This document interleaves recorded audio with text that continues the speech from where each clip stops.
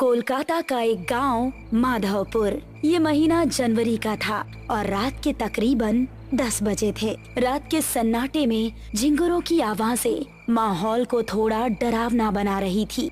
ऐसे में दो लोगों के कदम गांव की तरफ बढ़े जा रहे थे। अरे वाह यार, आज तो मजा ही आ गया। सही कहा तूने, बहुत मस्त नाच किया था उस पतली कमर वाली लड़की ने, नहीं? यार काश वो हमारे गांव में भी होती तो पूरा जंगल पार करके उसका प्रोग्राम देखने दूसरे गांव नहीं जाना पड़ता। अरे यार कदम तेज तेज बढ़ा, मुझे तो ये सोचकर डर लग रहा है कि घर पर क्या बहाना बनाएंगे। अरे हम कुछ ही मिनटों में गांव पहुंच जाएंगे। वो देख, वो कच्चा रास्ता आ गया।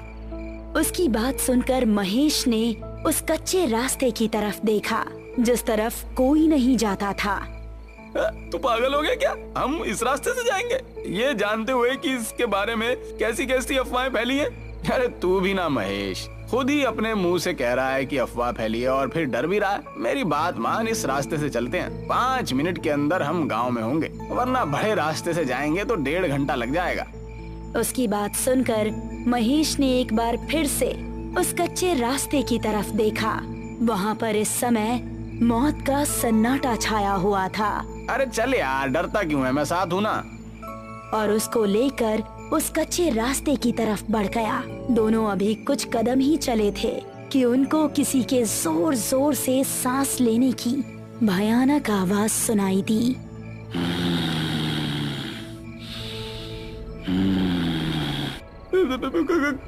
कौन है? अरे यार डरता क्यों है, कोई कुत्ता ही होगा। रमेश अभी आगे चला ही जा रहा था कि तभी उस आवाज के साथ उसको किसी के कदमों की भी आहट सुनाई देने लगी। मैंने कहा था ना, यहाँ से जाना ठीक नहीं है। अबे तू मुझे भी डरा रहा है। देख, अंधेरा भी बहुत ज्यादा है, कुछ नजर नहीं आ रहा। अब बस हम दोनों अपने कदम गांव पहुंचकर ही रोकेंगे। तभी महेश की आंखें फटी रह गई। उसको रमेश के ठीक पीछे 2 लाल चमकती आंखें नजर आ रही थी। तेरे पीछे? अबे कौन है मेरे पीछे?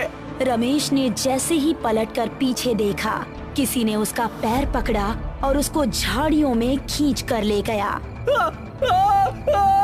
महेश, महेश बचाओ मुझे, महेश! वो बिजली की रफ्तार से रमेश की आंखों से ओझल हो गया। रमेश के डर का कोई ठिकाना नहीं रहा। वो दिल में बस खौफ लिए तेजी से गांव की तरफ दौड़ने लगा और जब तक वो गांव नहीं पहुंच गया, उसने अपने कदम नहीं रोके।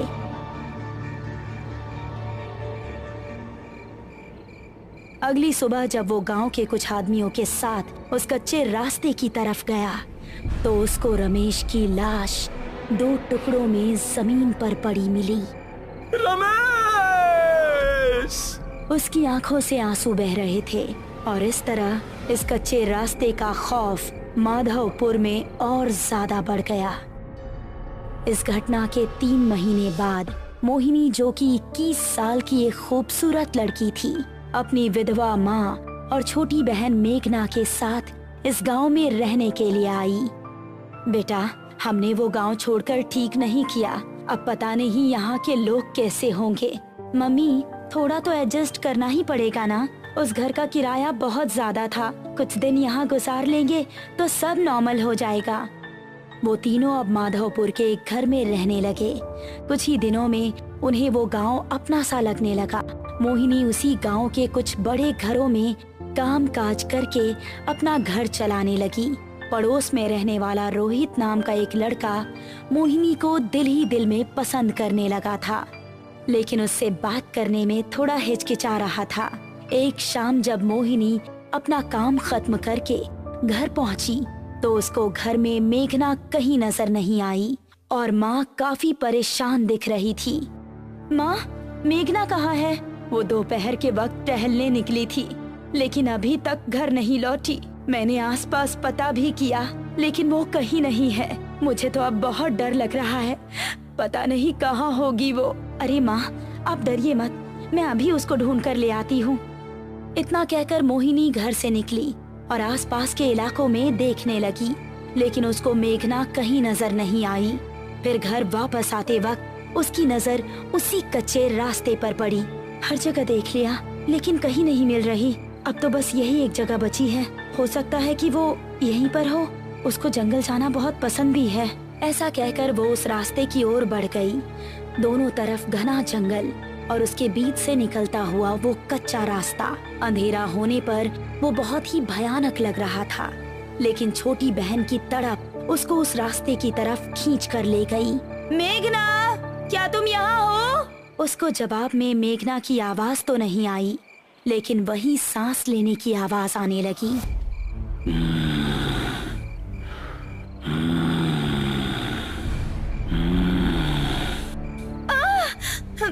ये किस जानवर की आवाज है? मेघना प्लीज, अगर तुम यहाँ हो तो कोई जवाब दो। अब वो डरती डरती तेज तेज कदम बढ़ाने लगी। तभी उसको महसूस हुआ कि किसी ने पीछे से उसका दुपट्टा पकड़ा है। एक पल को तो उसकी सांसें रुक गई और उसने तेजी से पलटकर पीछे देखा। उसका दुपट्टा घनी झाड़ियों में फंसा हुआ था। हे भगवान, मैं तो डर ही गई थी। उसने झुककर अपना दुपट्टा निकालने की कोशिश की। झाड़ियों में काफी अंधेरा था और कुछ भी साफ नजर नहीं आ रहा था। तभी वो सांस की आवाज और भी तेज होने लगी और झाड़ियों से एक हाथ निकला जिसने उसका पैर पकड़ लिया। कौन है? छोड़ो! वो अब बेहद डर गई थी और अपना पैर छुड़ाकर तेजी से वहां से भाग निकली।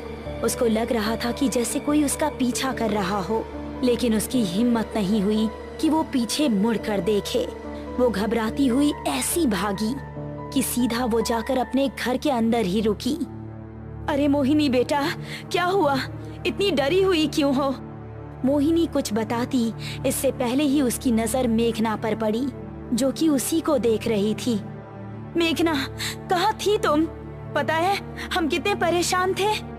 दीदी माफ कीजिएगा, हमारी एक नई दोस्त बनी है, हम उसी के घर पर थे। मोहिनी को मेघना को घर में देखकर थोड़ा सुकून मिला, लेकिन उसके साथ जो हुआ था वो उसके दिमाग में अभी भी घूम रहा था। रात को मोहिनी अपने कमरे में सो रही थी तो उसको वही सांस की आवाज सुनाई देने लगी।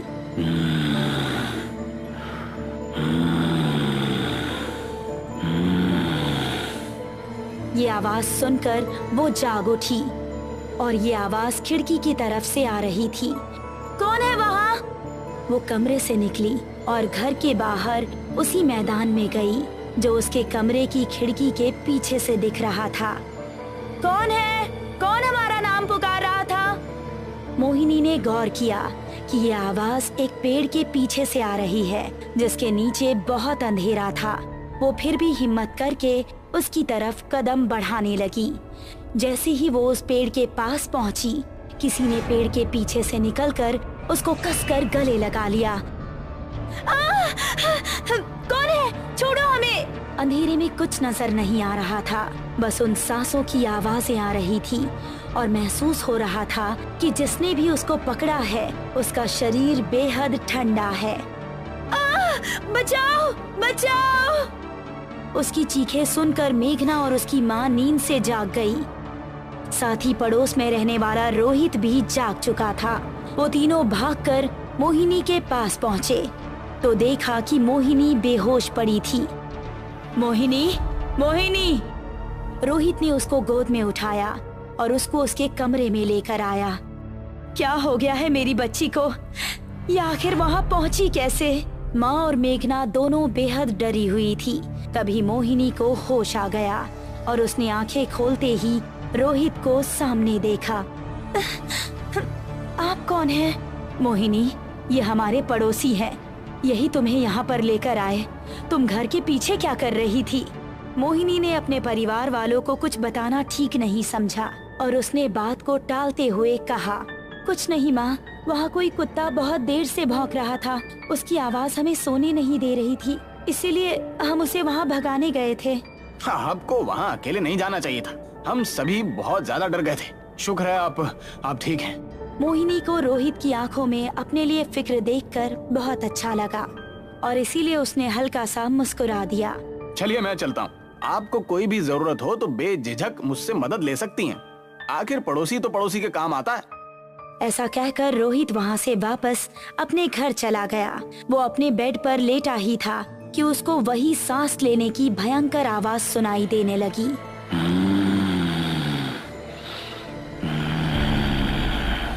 ये आवाज कैसी है? रोहित, रोहित। कौन है? रोहित अपने कमरे से निकला तो उसने सुना कि वो आवाज उसके बराबर वाले कमरे से आ रही है। वो कमरे में पहुंचा तो पाया कि वहाँ पर कोई नहीं था, लेकिन वो आवाज आ रही थी। रोहित, रोहित। कौन है? जरा इधर आकर देख, मैं कौन हूँ। आवाज एक अलमारी के अंदर से आ रही थी। अब रोहित के चेहरे पर डर दिखने लगा। उसने गौर किया कि वो आवाज अलमारी के अंदर से ही आ रही थी। तुम जो भी हो, ये मजाक बिल्कुल अच्छा नहीं है। ऐसा कहकर रोहित गुस्से में अलमारी की ओर बढ़ा। उसने जैसे ही अलमारी का दरवाजा खोला तो उसके चेहरे का गुस्सा खत्म हो गया और आंखों में खौफ उतर आया।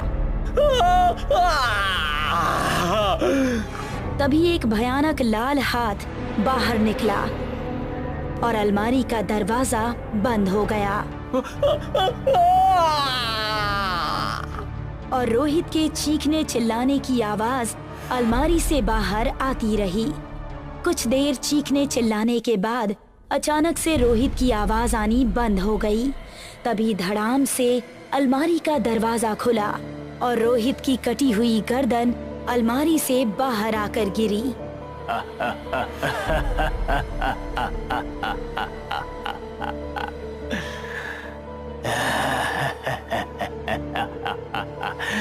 मोहिनी सिर्फ मेरी है, सिर्फ मेरी। आखिर क्या है उस कच्चे रास्ते का राज?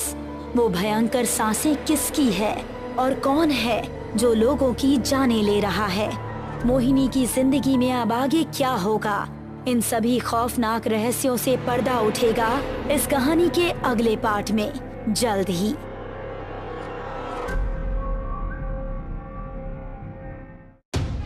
सुबह का समय था। छोटे लाल तालाब की ओर से दौड़ा चला आ रहा था। छोटे लाल ने हरिया के घर के नजदीक पहुंचकर चिल्लाते हुए कहा, अरे ओ हरिया, कहाँ मर गया? तालाब में एक लाश तैर रही है। ये सुनते ही हरिया अपने घर से तुरंत निकलकर बाहर आ गया। क्या कह रहे हो भैया? तनिक ध्यान से देखते, कोई लाश वाश नहीं होगी। हरिया की पत्नी घर के द्वार से सब सुन रही थी। अरे हरिया, वो लाश ही है। मेरी तो देखते ही जान निकल गई थी। विश्वास ना हो रहा हो तो खुद चलकर देख लो। चलो भैया। हरिया और छोटे लाल तालाब के पास पहुंच गए। तभी वहां गांव के अन्य लोग भी पहुंच गए। सबने मिलकर देखा तो तालाब में कहीं भी लाश नहीं थी। वहां पर गांव का मुखिया भी आया था। मुखिया ने छोटे लाल को बुलाकर उसके कान में कहा, तुझे जरूर कोई वहम हुआ होगा छोटे लाल, वहां कोई लाश नहीं है। लगता है तेरे दिमाग में वो घटना अभी भी बसी हुई है। उस घटना को भूल जा। छोटे लाल ने मुखिया की बात पर हाँ में सर हिला दिया। मुखिया ने इतना कहा ही था कि अचानक आसमान में काली घटा छा गई और देखते ही देखते बहुत तेज बारिश होने लगी। अरे छोटे लाल सही कह रहा था। वो देखो, तालाब के किनारे पेड़ के पास एक औरत की लाश पड़ी हुई है। जैसे ही उस व्यक्ति की बात मुखिया ने सुनी, मुखिया ने चिल्लाकर कहा, कहाँ है लाश? अरे वो देखो, पानी के बहाव में पेड़ पर आकर अटक गई है। जैसे ही मुखिया की नजर तालाब के किनारे पेड़ पर पड़ी तो उसने देखा वहां पर एक औरत की लाश पड़ी हुई थी। मगर अचानक उस लाश का चेहरा बदल गया। मुखिया अंदर तक कांप गया और देखते ही देखते कुछ ही देर में सभी गांव वालों की आंखों में दहशत दिखने लगी, क्योंकि जो भी व्यक्ति उस लाश को देख रहा था तो उसे देखते ही उन लोगों को अपने सगे संबंधियों के चेहरे नजर आ रहे थे। मुखिया और सभी गांव वाले डर से वहां से चले गए। आधी रात का वक्त था। छोटेलाल उसी लाश के बारे में सोचता हुआ लेटा ही था कि अचानक उसके माथे के ऊपर पानी की बूंदें टपकने लगी। अचानक उसके नथुनों में किसी सड़ी हुई लाश की गंध टकराई। जैसे ही उसकी नजर छत पर गई, उसने देखा कमरे की छत पर एक औरत छिपकली की तरह चिपकी हुई थी। छोटेलाल की चीख सन्नाटे को चीर गई। दूसरे ही दिन छोटेलाल की लाश तालाब में तैरती हुई मिली। सब गांव वाले छोटेलाल की लाश को दहशत से देख रहे थे। छोटेलाल की पत्नी गुंजा रो रो कर कह रही थी, हाय रे, मैं विधवा हो गई। अब मेरे बच्चों का क्या होगा? कल ही तो अपने बच्चों को लेकर इनसे पूछकर मैं मायके गई थी। पुलिस वाले छोटेलाल की लाश तालाब से निकाल चुके थे। थानेदार ने गांव के मुखिया को बुलाकर कहा, मुझे खबर लगी कल छोटेलाल ने इसी तालाब में एक लाश देखी थी। जी साहब, हम सब ने देखी थी। तो तुमने पुलिस को खबर क्यों नहीं दी? तुम तो इस गांव के मुखिया हो।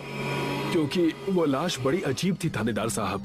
जो भी उस लाश को देख रहा था उसे उसमें अपने सगे संबंधी नजर आ रहे थे। बकवास मत करो।